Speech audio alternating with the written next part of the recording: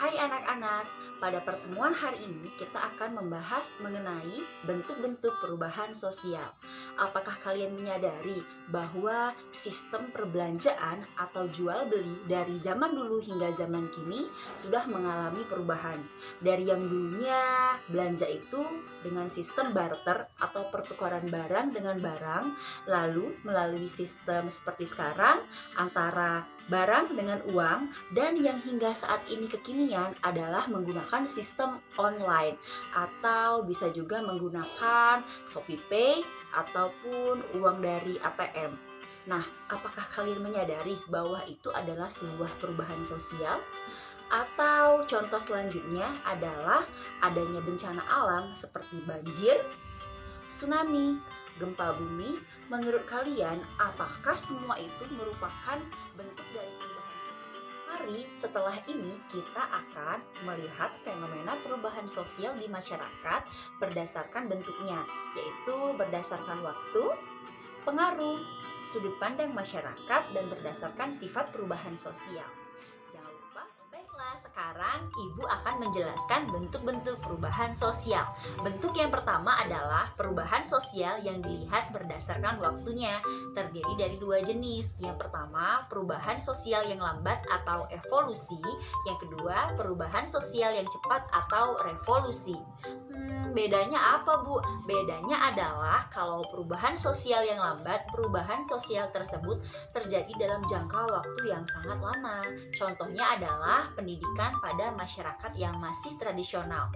Sementara kalau perubahan sosial yang cepat adalah perubahan sosial yang terjadi dalam jangka waktu yang lebih singkat. Contohnya adalah terjadinya revolusi industri pada masyarakat Perancis, di mana peran atau pekerjaan manusia digantikan oleh alat-alat mesinnya. Bentuk perubahan sosial yang kedua adalah bentuk perubahan sosial yang dilihat berdasarkan pengaruhnya bagi masyarakat, yang terdiri dari dua jenis. Yang pertama, perubahan sosial yang kecil, dan yang kedua, perubahan sosial yang besar.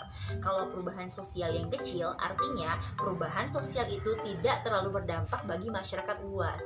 Contohnya adalah tren fashion yang berubah dari waktu ke waktu. Sementara kalau perubahan sosial yang besar artinya perubahan sosial itu banyak mempengaruhi masyarakat luas. Contohnya, terjadinya urbanisasi dapat mempengaruhi masyarakat seperti kepadatan penduduk, banyaknya pengangguran, dan meningkatnya kriminalitas di kota. Ke bentuk perubahan sosial yang ketiga adalah bentuk perubahan sosial yang dilihat berdasarkan sudut pandang masyarakat. Yang pertama terdiri dari perubahan sosial yang dikehendaki, dan yang kedua perubahan sosial yang tidak dikehendaki. Perubahan sosial yang dikehendaki artinya perubahan sosial itu betul-betul diinginkan, bahkan direncanakan baik oleh pemerintah maupun masyarakat. Contohnya adalah perbaikan atau pembangunan infrastruktur umum.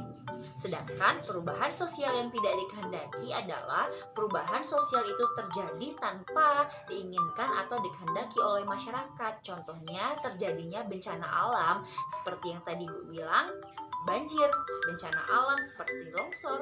Baiklah, bentuk perubahan sosial yang terakhir atau yang keempat adalah bentuk perubahan sosial yang dilihat berdasarkan sifat perubahannya.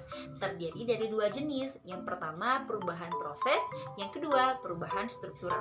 Kalau perubahan proses adalah perubahan yang dilakukan dengan tujuan untuk memperbaiki atau menyempurnakan sebuah sistem yang sudah ada. Contohnya adalah perbaikan kurikulum pendidikan yang tiap waktu mengalami perubahan. Selanjutnya, perubahan struktural artinya adalah perubahan yang mendasar yang mempengaruhi reorganisasi suatu sistem di masyarakat.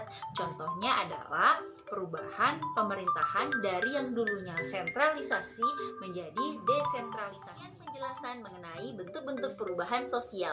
Semoga dengan adanya video ini kalian bisa lebih mudah dalam memahami materi. Sampai ketemu di video